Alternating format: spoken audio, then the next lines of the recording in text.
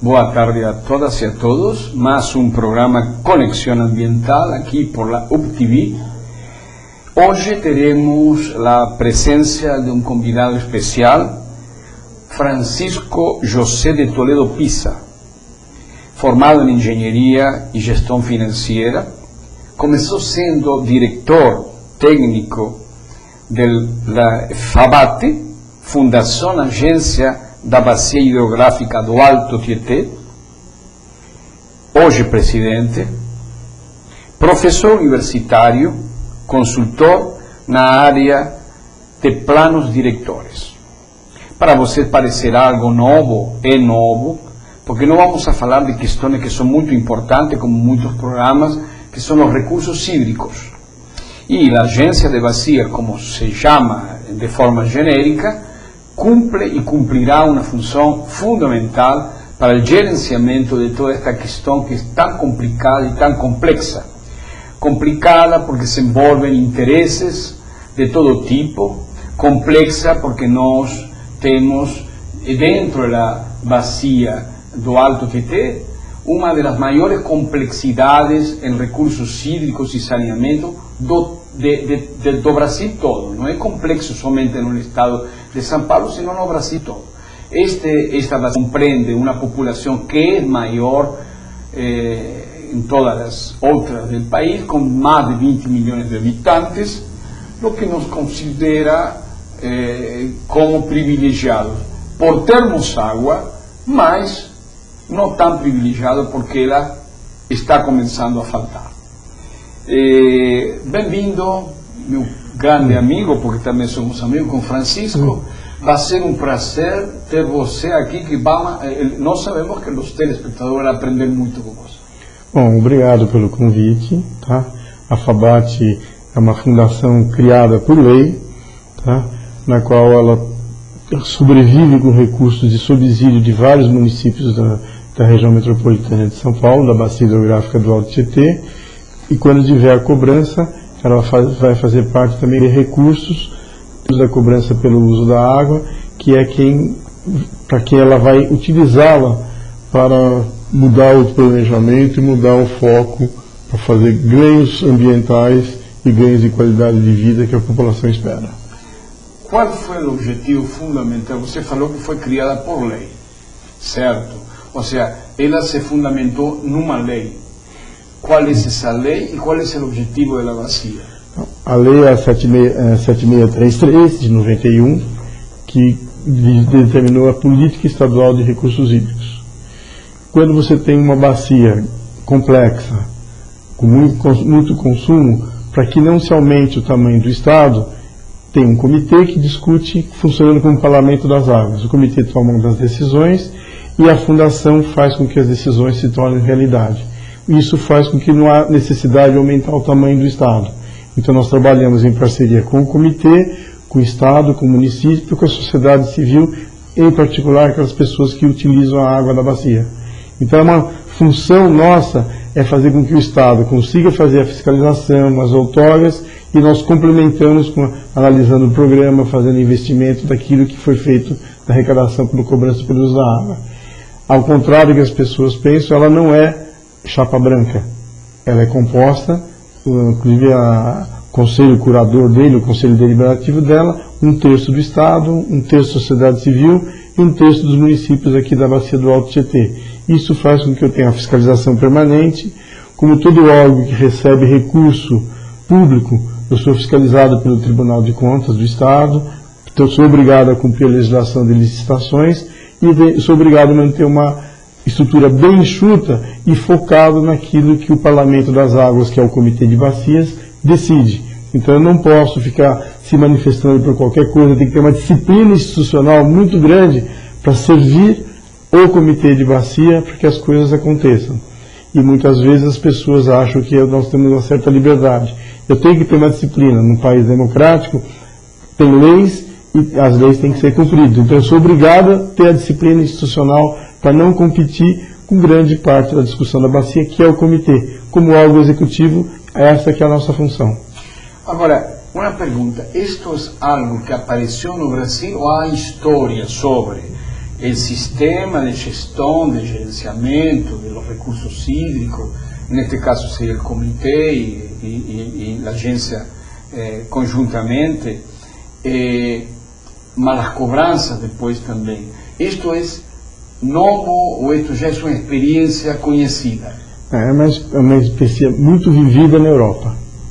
Tá? Eu tenho um exemplo da Espanha, que isso era muito discutido, a quantidade de água que ia para cada agricultura discutida pela Igreja. Onde mais se evoluiu do ponto de vista institucional foi a França.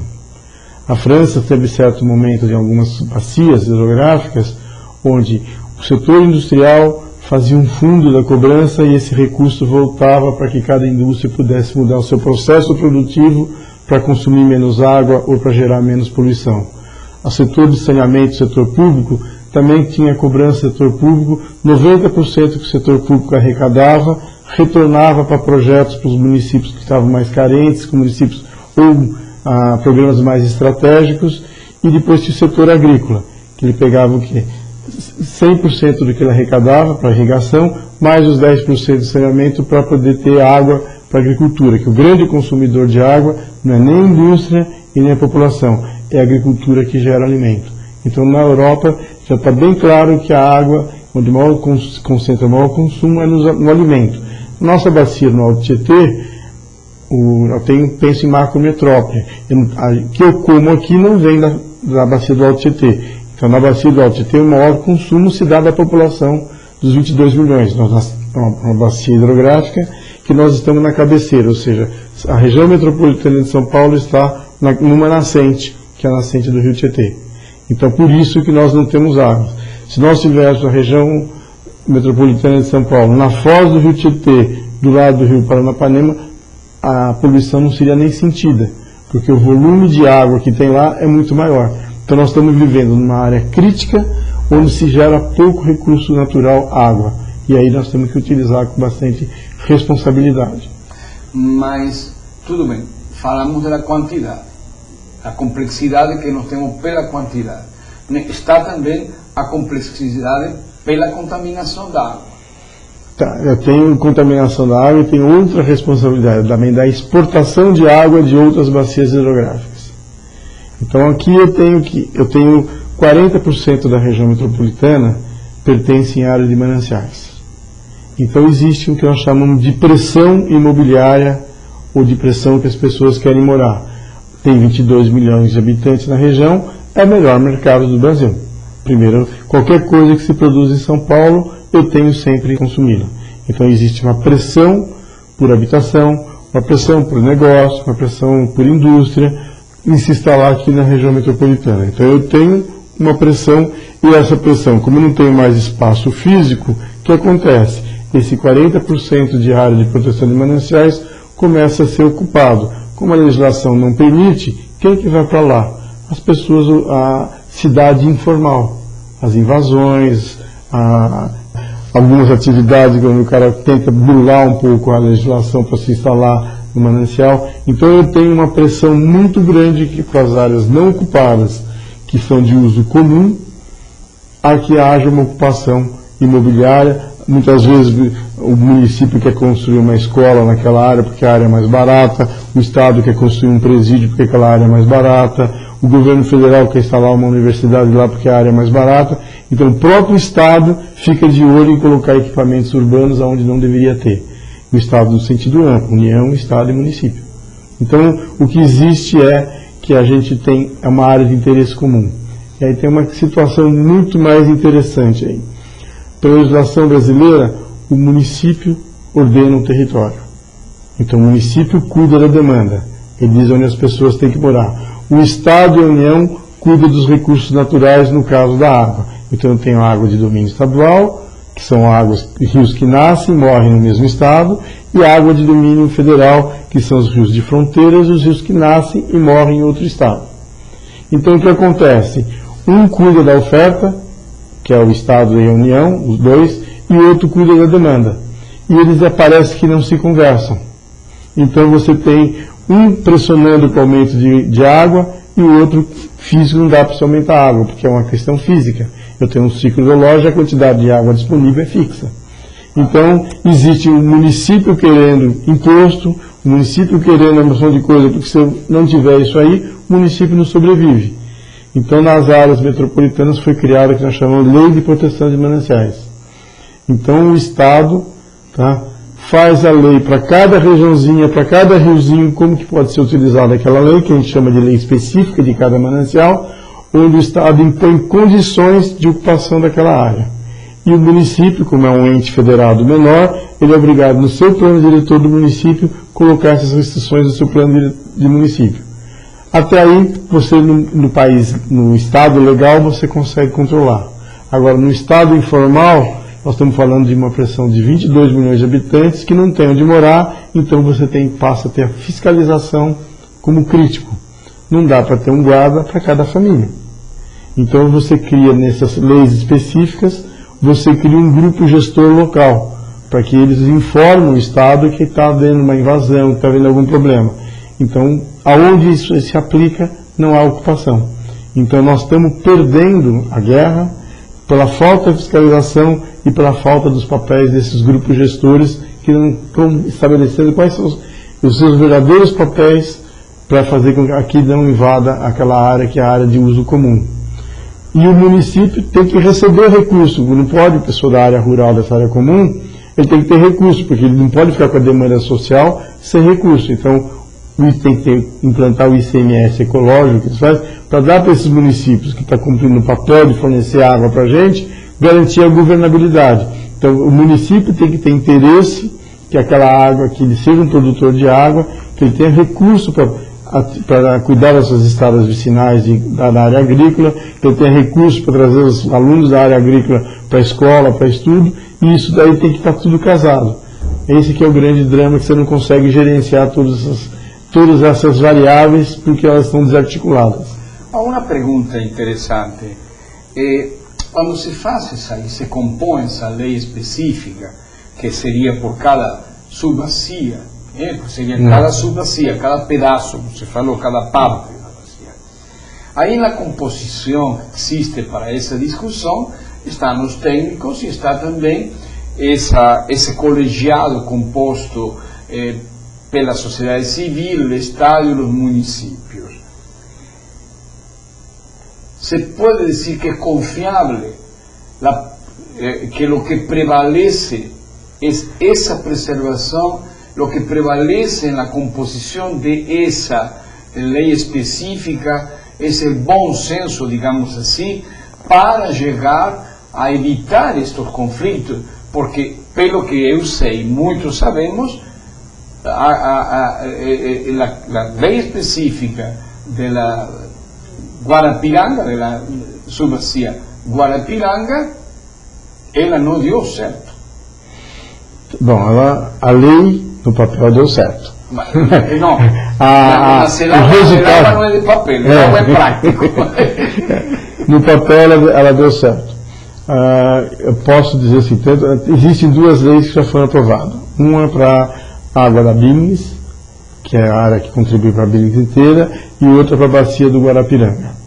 Quando você faz uma lei dessa, você faz uma coisa que nós chamamos de PDPA, um plano de desenvolvimento ambiental. Sim. Tá? Então eu tenho atrás dele um planejamento. E a velocidade desse planejamento, das respostas, são aquém das necessidades. Das demandas. Aquém das demandas e da própria necessidade. Então o que eu tenho, por exemplo, eu tenho na Guarapiranga, eu tenho algumas reurbanizações que foram adequadas, que todo mundo chama, que nós levamos alunos da universidade no Cantinho do Céu, que é uma vitrine, certo? Eu tenho algumas experiências dentro da bacia que estão dando certo.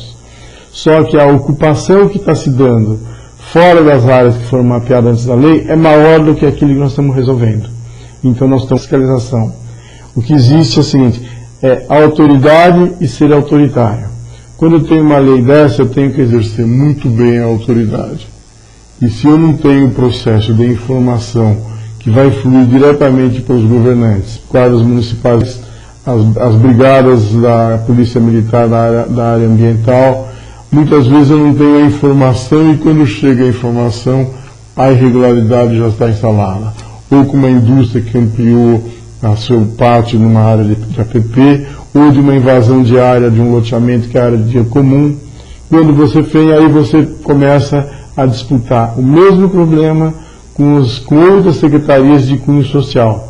A pessoa se instalou ali, sabia que não podia se instalar ali, mas aí mostra o filho, coloca o filho. Nesse caso, nós temos que aprender a utilizar a autoridade do cargo, sem ser autoritário. Então o Estado tem que ser muito mais rápido nessas ações e a Justiça muito mais pequena, até se for uma linha especial dentro da Justiça, para que esses processos corram mais rápidos, para que isso não ocorra. Houve uma ocupação, você tem que desocupar e não pode deixar as pessoas morar, porque aquela água não é só de quem mora lá, aquela água é para o rico, é para o pobre, é para a indústria, é para todas as atividades econômicas. Então a gente tem que ser mais firme na aplicação da lei. Muito bem, mas agora vamos a ver uma situação. Todo mundo acredita que as pessoas não vão morar nesse lugar porque elas escolheram esse lugar, não é a escolha. Há uma pressão social, essa pressão social necessitaria ser atendida.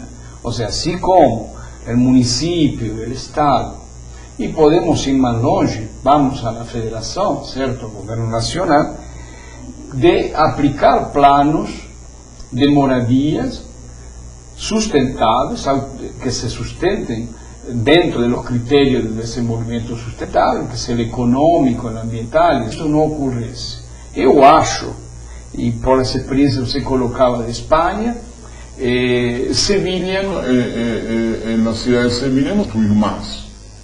O sea, la prefeitura, ninguém coloca um metro mais não pode colocar, pero um metro mais não pode construir.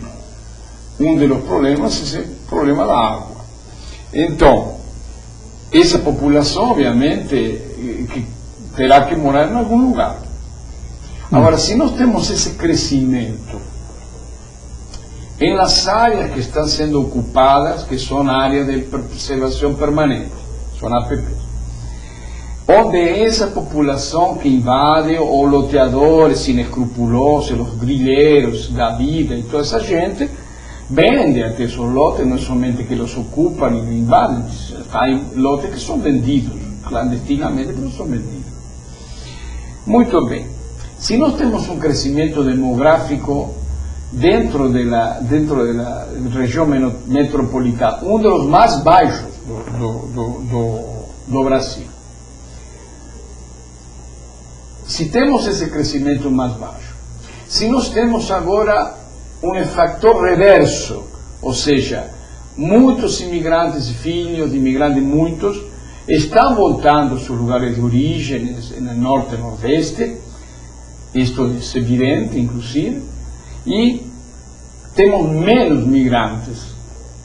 Como é possível, então, de que não necessitemos espaço para essas pessoas que não têm outros espaços para morar, para construir suas moradias, e necessitam invadir aqueles lugares que são, como você falou, para todos, não são só para o morador, sino que para todos, e para muitos que não estão nem na própria cidade, nem no próprio município. Como se pode entender essa situação? Bom, a água e a drenagem se briga por espaço. Eu tenho que ter espaço confortável para produzir água. A drenagem eu não posso ocupar o fundo de vale, porque a água de uma forma ou de outra, ela vai escoar lá, então ela vai ocupar aquele espaço. Assim você não queira, ele vai ir lá. Então nós temos hoje um programa muito grande de habitação no Brasil. No estado de São Paulo, no âmbito federal, no âmbito estadual, e no município de São Paulo, a maioria das prefeituras também tem programas habitacionais locais.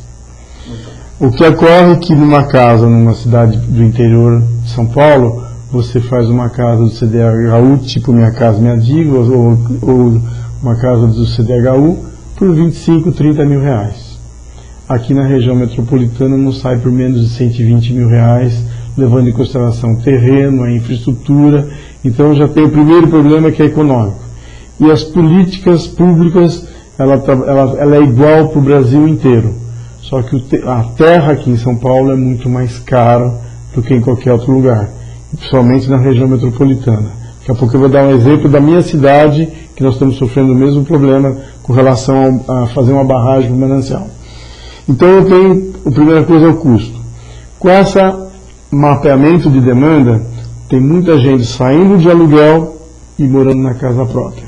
Então eu já tenho na ordem de 5 a 8% de imóveis vagos, da onde já está urbanizado, que não tem ninguém morando. A tendência de pessoas saindo do aluguel da casa própria, a tendência é que suba para 8% para 12%. Então eu vou ter, na região metropolitana de São Paulo, 12% de imóveis vagos, que equivale a imóveis para morar cerca de 2, 3 milhões de pessoas nesses imóveis vagos. Então eu não tenho uma política de refinanciamento, de reabilitação desses prédios, sempre no centro de São Paulo, prédios abandonados, uma série de casas que fazem parte de ZEIs. Tem uma ZEI que é o único prédio, tornar aquele prédio como habitacional. E esses programas você tem aí volta no programa da justiça. Aqui lá tem herdeiros, tem uma série de coisas, então você tem que ser mais ágil para que o Estado, no caso o município de São Paulo, o município de São Bernardo, Santo André, peguem esses prédios que são ZEIs, que estão abandonados, e consigam assumir, colocar toda a infraestrutura, tá? Como eles vão ter que administrar o prédio, porque são pessoas que não estão acostumadas a pagar condomínio, a receber as coisas. Então eu consigo, sem expandir a cidade, acomodar boa parte da população. Não há necessidade de ir para os mananciais. Outras áreas que são livres dentro da região metropolitana são áreas que no passado foram despejos industriais. Vila Carioca, agora tivemos um problema no Centro-Norte, tem uma série de coisas. Então nós temos que ter uma outra linha, que seria você pegar dentro das áreas urbanas, nessas áreas que estão contaminadas, você descontaminar essas áreas, neutralizar o que tem lá, para criar habitação. Vai ser provavelmente mais caro que os 120 mil por habitante, por habitação. No entanto, lá eu já tenho estrutura de água, esgoto, transporte, tudo isso. Então eu tenho, a política nossa é uma política que ela fala o global e a hora que eu desço. Então eu consigo montar um programa, transformar esse programa em bloco de programas e esses programas em projetos, que seria o problema principal que o Brasil sofre em todos os níveis, que é o problema de gestão. Eu tenho bons projetos, eu tenho boas leis, eu tenho boas intenções, e eu peco pela falta de gestão, e aí que mais falta gente no mercado de trabalho, pessoas para fazer gestão. Eu não tenho problema de cálculo estrutural, não tenho problema de cálculo de hidráulica. Agora, de gestão, nós não somos bons em gestão. Nós temos uma deficiência muito grande para gerir os nossos problemas. Eu falei que ia falar da minha cidade. Eu moro em Salto, também não tem tão pouca água quanto aqui na região metropolitana. Lá está previsto, está previsto fazer uma barragem para complementar a água de Itu, de Indaiatuba e de Salto. Os 3 municípios montaram um consórcio, conseguiram o recurso do Caixa Econômica Federal, só que o recurso é insuficiente para pagar a desapropriação, porque o custo da terra lá é muito alto. Então, eu tenho que ter dentro da linha de financiamento, que eu vou abastecer as pessoas, ter linha, analisar os laudos de desapropriação que são feitos, e o governo tem que fazer o quê? O governo central ou as políticas públicas. Ver se aquele projeto é pertinente, se é estratégico, e pagar o preço, porque a gente não planejou no passado. Ou mandar 1 milhão de pessoas para morar em outro lugar. Então, o que está acontecendo? Quando você faz a política pública nacional, eu tenho que colocar indicadores separados para cada região e para cada situação. Então, o planejamento estratégico feito pelo governo federal, o planejamento tático feito pelo Estado, e aí chega o operacional feito pelos municípios, eles não se conversam. Esse é o grande drama da gestão, que eu falo da gestão. Não é falta de lei, não é falta de dinheiro, porque você pega o orçamento federal, não se gasta dinheiro de inundação, se gasta 20% do que é previsto. Porque nós não temos projeto, e quando temos projeto de má qualidade, não conseguimos ter acesso ao recurso para implantar. Então o problema volta para a gestão. Sim, o problema é de gestão.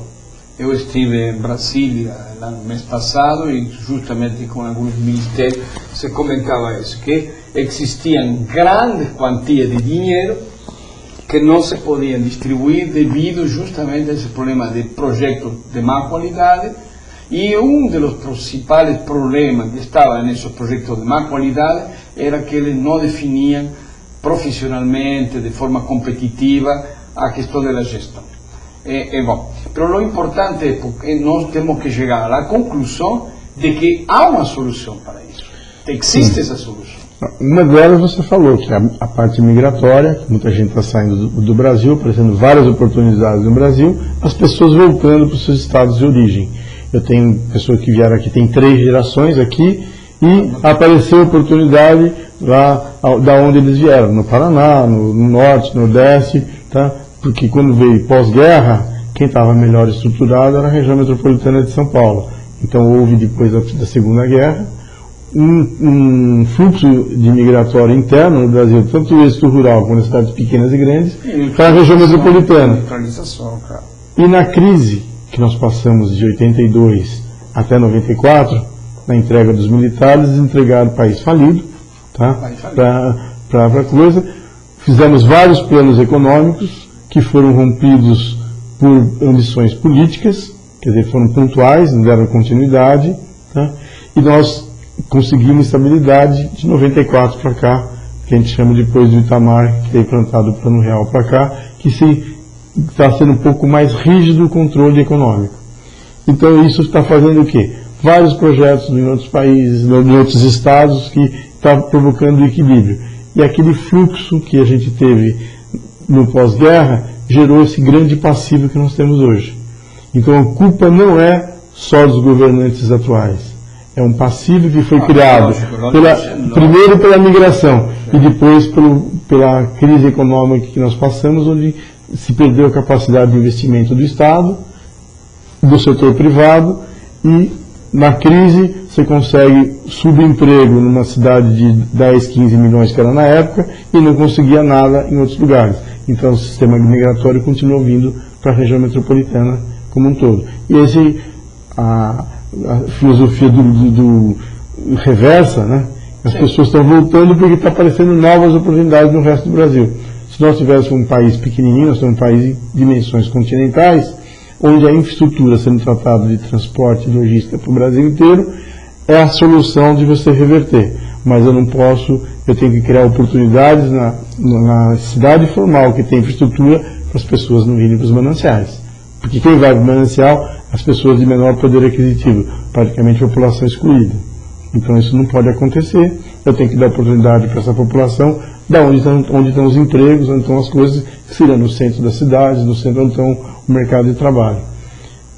Nisso é uma grande coincidência que outros que foram entrevistados colocaram nisso. Nós temos lá, o centro da cidade está vazio, você vê prédios, eu mesmo vejo prédios e prédios vazios, você colocou esse problema, pode custar mais caro, mas que é caro e que é barato, ou seja, as soluções, quando você tem que chegar às soluções, não se pode medir o preço, porque essa invasão, essa ocupação dos mananciais, se não la quantificamos o prejuízo que ele vai ter, inclusive ao longo do tempo, nós estamos importando água de Piracicaba, não vamos importar água para a cidade de São Paulo, de Jequitiba, não vamos a necessitar importar água do outro.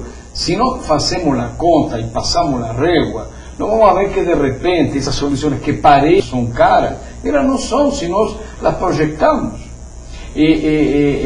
Isso não é também uma falha, um erro de gestão, não é uma falha de gestão?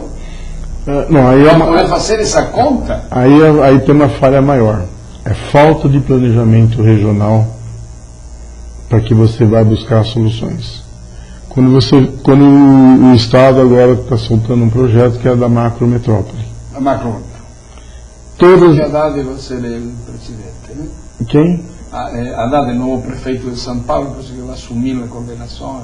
Não sei quem vai. Aí talvez ele vai subir a coordenação do corpo gestor da região metropolitana de São Paulo. Isso é o que eu vi. Tá.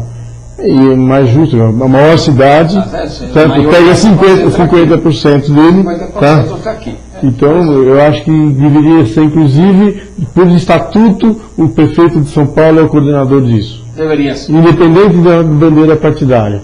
Tem que ser colocado, você vê que no comitê de bacia, ou na própria agência de bacia, o Estado, o município de São Paulo tem cadeira cativa.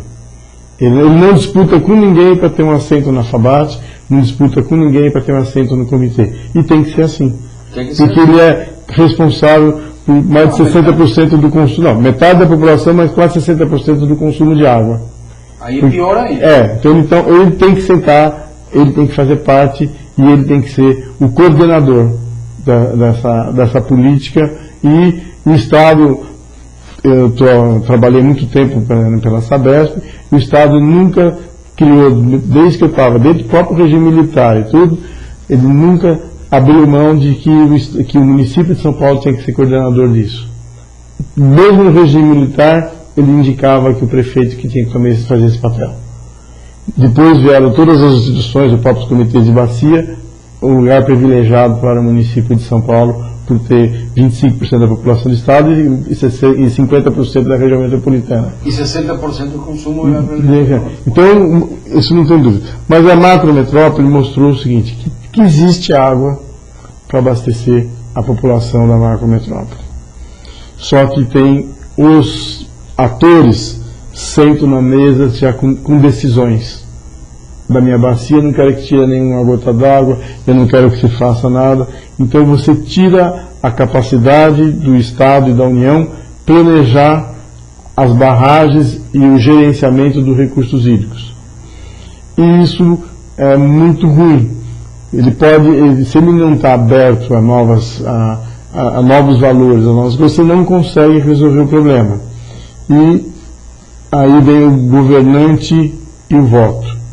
Então ele acaba não enfrentando um problema como estadista, ele enfrenta o problema como candidato, ele quer agradar todo mundo. E isso é muito ruim. Eu tenho que separar o governo do Estado. Esse não é uma ação de governo, isso é uma ação de Estado. Então a população tem que entender que aquela posição antipática do governante é uma visão maior de longo prazo. E não, por causa daquela posição, ele desconta daquele prefeito ou daquela reeleição daquele governador na próxima eleição. Eu tenho que analisar os governantes de uma maneira mais ampla e não de uma ação negativa pontual que me afeta, não pode danificar o currículo de qualquer governante aqui no Brasil.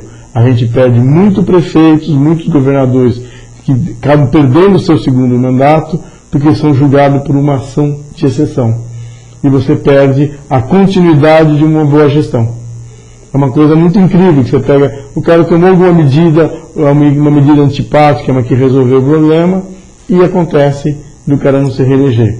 Eu acompanho muito aumento de tarifa de água dos municípios que não são Sabesp, que não são SEDAI, não? Qual é o comportamento da população quando há uma revolução no aumento da água para atender as demandas de água? Hoje a população está reelegendo aquelas pessoas que resolvem água. Eu brinco que esse negocinho da comunicação, aquele celular que incomoda a vida da gente, arrecada aqui no Brasil o equivalente a 5 vezes mais do que arrecada água, mais coleta de esgoto, mais tratamento de esgoto. Se eu colocar lixo e drenagem, certo? Continua os mesmos 5 vezes. Então a família está disposta a pagar 100, 150 reais para ter todos os filhos ter seu celular, para a família de baixa renda, e questiona um pagamento de 10 reais, de 15 reais de uma conta de água. Então a capacidade de pagamento da população é muito maior do que realmente é cobrado. Então você acaba subsidiando quem não precisa ser subsidiado. Eu acho que todos os serviços de água e esgoto tem que manter para a população 3 níveis de tarifa. O primeiro nível, que é o assistencial, que são aquelas pessoas necessitadas. A segunda é aquele que precisa ser subsidiado, que não é assistencial, subsidiado. E aqueles que podem pagar efetivamente o custo. Eu estou falando, esse que pode pagar, vai pagar uma conta de 100. Esse que pode subsidiar, vai pagar 20, vai pagar uma conta de 30. Ele gasta isso na hora do almoço, uma vez por semana para almoçar. E aquele que tem que ser assistido tem que ser assistido. Então, não, o setor de saneamento, o setor de recursos hídricos, o setor de lixo, não tem problema de falta de dinheiro. Tem que ser feita uma política de Estado para que todos os municípios, para todo mundo, faça uma distribuição dessa conta de maneira justa. E com controle social. Por que controle social? Porque se as pessoas não estiverem correspondendo àquilo que eles estão pagando pela qualidade do serviço, eu tenho que ter mecanismo daquele cara. Primeiro, ele já vai perder a eleição. E segundo, ele pode ter uma posição, ele vai ser julgado, ele pode perder aquela tarifa, pelo caso do Ministério Público de outras ações, porque não está cumprindo o dinheiro previsto para fazer aqueles investimentos. Então, tanto água como esgoto, o problema é financeiro, né? E o problema volta para a gestão, principalmente a má comunicação que nós do setor temos com a população. Nós não conseguimos vender a nossa prestação de serviço de maneira adequada. Consequentemente, não sabemos cobrar. Mas de todas maneiras, por lo que você disse, e concordo com o que você está explicando, mas nós vemos que existe, por parte, inclusive, das próprias concessionárias, da própria Sabesp, podemos falar de todas, você falou de lixo, você falou de... até de energia podemos falar. As propagandas que a gente vê nos meios da televisão, especialmente porque é o meio que mais se consome, elas não induzem a uma educação cívica, elas induzem a simplesmente uma propaganda de marca. Ou seja, eu não vejo nenhuma diferença quando vejo algo da Sabesp na televisão a propaganda do McDonald's ou do carro Clio da Renault. O sea, eu não le vejo muita diferença. O sea, lo que hay um branding de marca. O sea, hay um branding de marca. O sea, esta é minha marca, eu estou fazendo isso, temos água de melhor qualidade, e tudo isso. Mas, por lo que você coloca, que se a população gasta 150 em celulares e gasta 20 de água, certo? E seu corpo está formado por 70% de água, e sem água não existe a vida. E se a água não é tratada, ela vai adoecer. E se a água não adoece, também sua expectativa de vida vai ser menor. E se um dia vier a faltar a água será muito mais cara. Porque não há, ou seja, a seletividade e a poupança e o consumo vai estar, como muitas coisas, regulada por el preço. Onde está, então, também podemos aqui colocar um pouco em juízo tanto investimento na educação ambiental, ou seja, que diz que não tem que deixar a torneira pingando, que o banho tem que ser de 4 minutos, de 3 minutos, não importa, e que tem que lavar o carro poucas vezes. Todas essas histórias que existem na educação ambiental.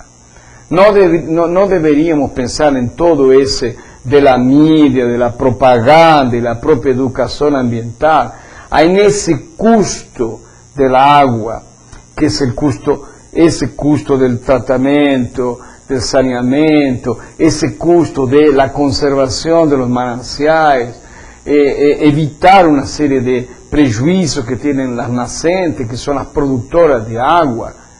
Não seria, de repente, levar a lo que eu lhe chamo que, em vez de educação, é a consciência cívica, que o indivíduo diga, eu estou pagando isso porque tem esse valor.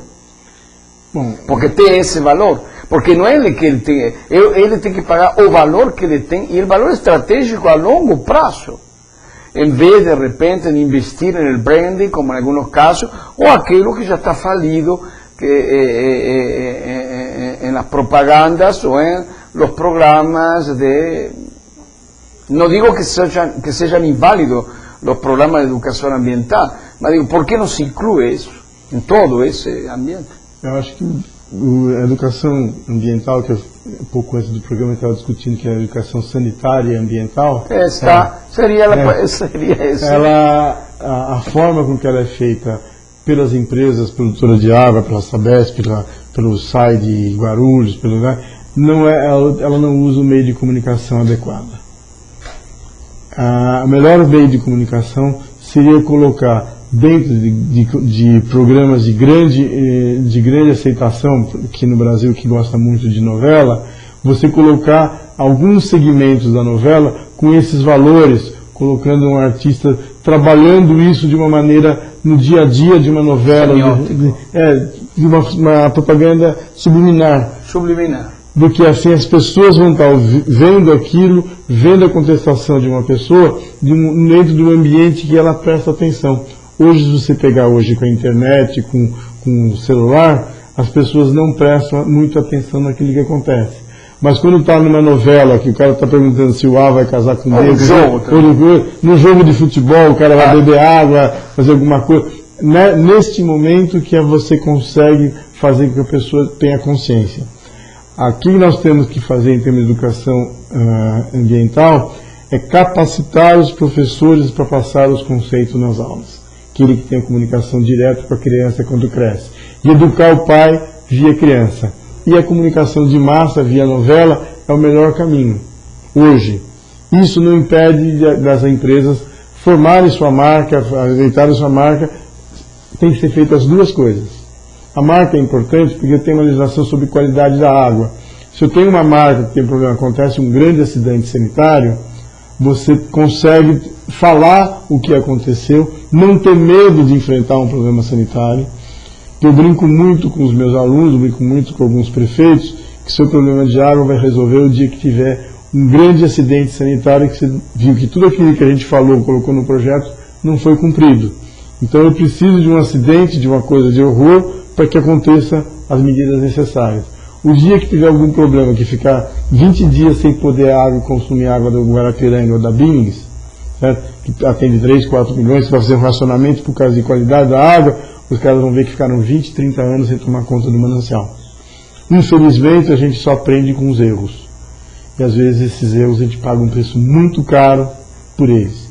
Eu acho que nós temos que inverter essa situação. Temos que ter um sistema de comunicação muito mais adequado do que nós estamos utilizando, porque nós estamos perdendo essa guerra. Continua com invasão, eu arrumo uma área, cada área que eu arrumo, brotam mais 2 novas invadindo o manancial. Sendo que aquela água pertence àquelas pessoas que mudaram, mas às pessoas que estão fora de lá também, independente da capacidade financeira e social. Então, continuamos concluindo que temos solução e que essa solução tem um custo econômico e social, mas que se podem assumir. Porque há questões que é assim, de repente, obviamente que Haití não pode assumir isso. Porque Haití não produz, pero nós estamos falando de um país que é a 6ª economia do mundo. Então aí temos que dizer, se somos a 6ª economia do mundo, como não temos dinheiro para resolver um problema disso?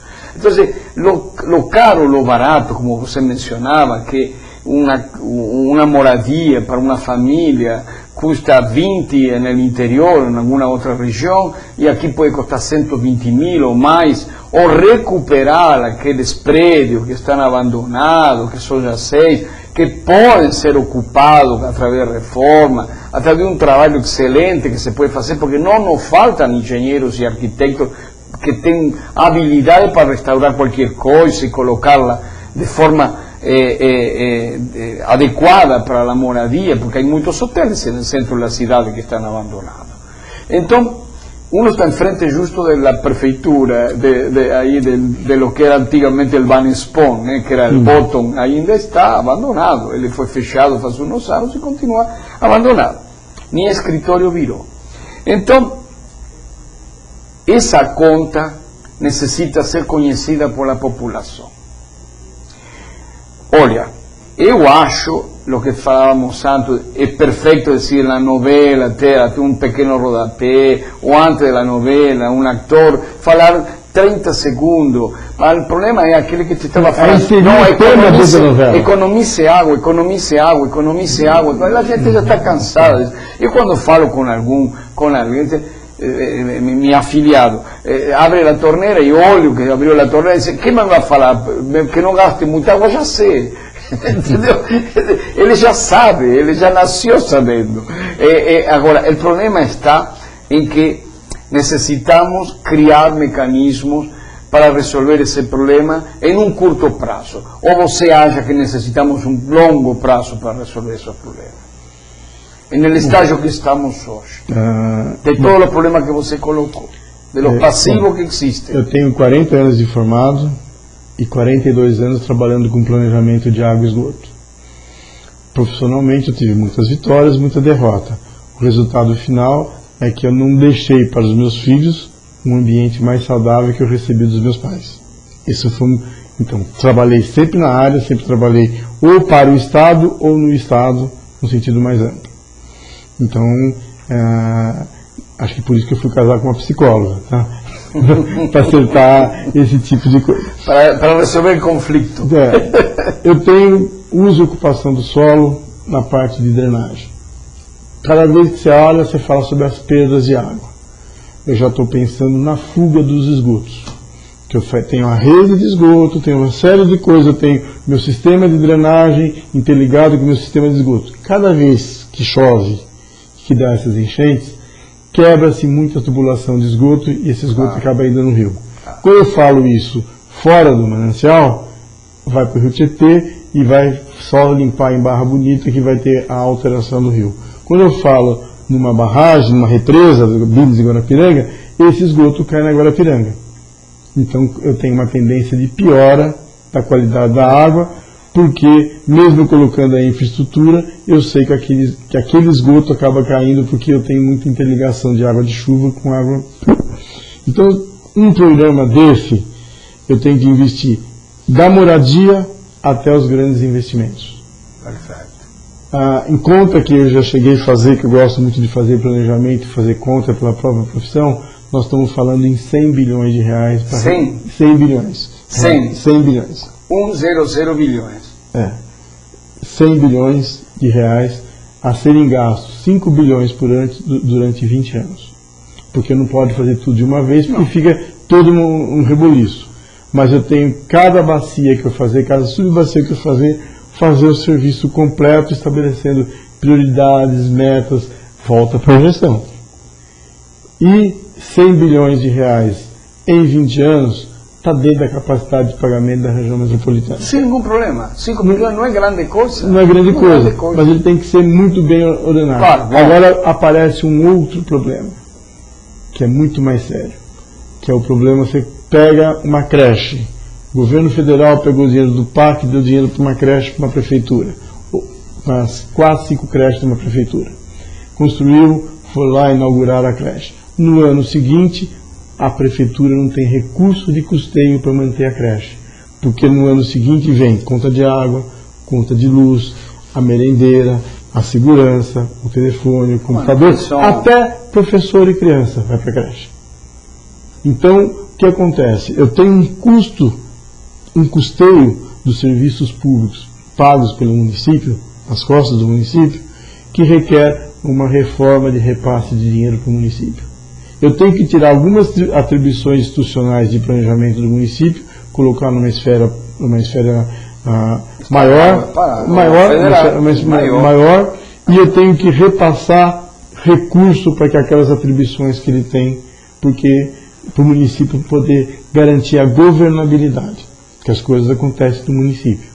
E deram para o município a capacidade de ser autônomo, que o cônsul da França vira para mim e falou assim, olha, meu país tem uma Constituição, você tem mais de 5.500 constituições no seu país, cada município tem uma carta magna. Então eu tenho um grande problema, eu tenho que ter essa carta magna, mas a autonomia desses municípios ele tem que ter. Na França o cara recebe atribuições do Estado. Aqui eu dou as atribuições para o município. Então eu tenho deficiência na saúde, na educação, por falta de dinheiro mesmo. O prefeito não consegue a governabilidade. Capacidade também de gestão, né? A capacidade de gestão. Os grandes municípios podem ter, mas o grande município tem, você pega a saúde. O grande município não consegue dar conta dos hospitais que constroem, né? Eles não conseguem dar conta. Então nós estamos vivendo o seguinte, passam por uma esfera que é no município e não dão um recurso correspondente para que ele consiga gerenciar aquilo. E passam atribuições que seria muito melhor que fosse feito de maneira regional. Com certeza. Então eu tenho... Agora está no consórcio, né? Tá no consórcio. Não, mas o consórcio, ele é muito frágil do ponto de vista institucional, porque o cara pode sair a qualquer momento. Sim. Eu fui muito crítico da lei dos consórcios e da lei do saneamento. E fui muito crítico do lado positivo e do lado negativo. O consórcio, eu acho que reduziu a importância do Estado. Foi uma grande falha. A lei de saneamento criou o que estava faltando no saneamento, que é o critério de planejamento, e deixou dúbio sobre a titularidade. Nós temos 5.500 municípios, que nós temos 5.000 municípios que não têm capacidade financeira para atender a legislação que a gente fez para o setor de saneamento. Exato. Então, alguma coisa, a lei está errada ou o município está errado. Que agora isso piora com a nova lei de resíduos sólidos. Sim. Que ele tem até 2014, que falta muito pouco, que eles têm que eliminar os aterros, os lixões, etc. E tal. E não, eles já estão falando. Dizer, desejamos fazer isso, queremos fazer isso, mas com que recurso? Exatamente. Começa pelos recursos humanos. Começa por Não nem pelo recurso financeiro. Francisco Pisa, nós estamos acabando este programa, infelizmente, porque você poderia falar vários dias aqui conosco. Mas vamos ter oportunidade para falar mais, talvez em específico sobre a agência mesma, sobre esses recursos de la cobrança que vai ter, que não é muito, mas vai poder servir para muitas coisas. É 1% dos 5 bilhões que eu estou falando, a cobrança. De los 5 bilhões? É.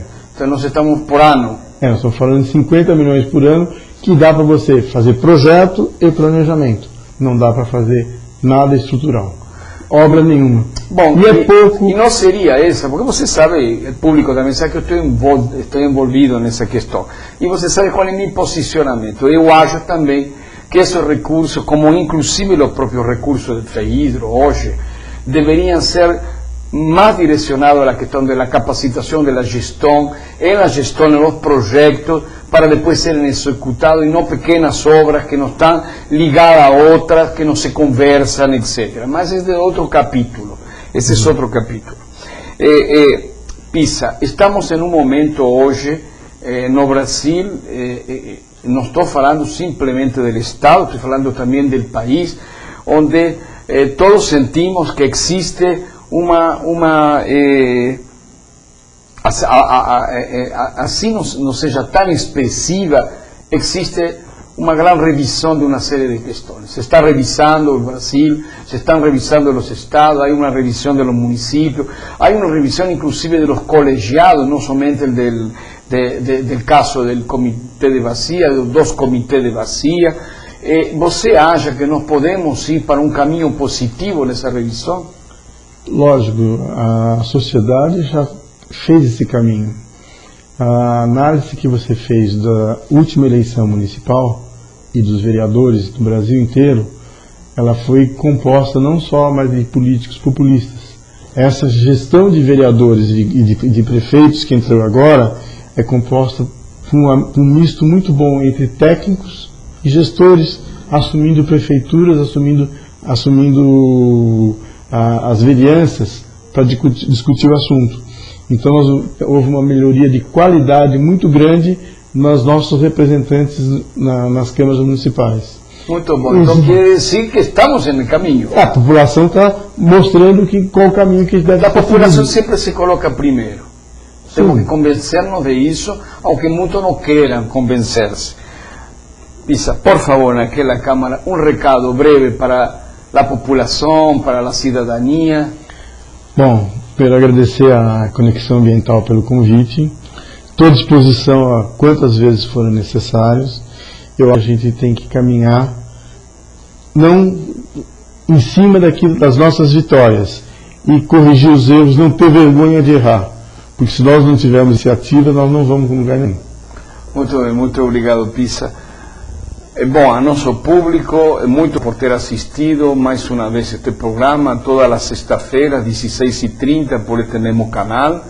Esperamos você na próxima sexta-feira, e continuaremos informando com liberdade de expressão, com a ampla possibilidade de levar a vocês tudo aquilo que está na cabeça de cada um e quer entender melhor. Muito obrigado, uma boa tarde, um bom fim de semana a todos. Obrigado, Pisa. Obrigado a vocês.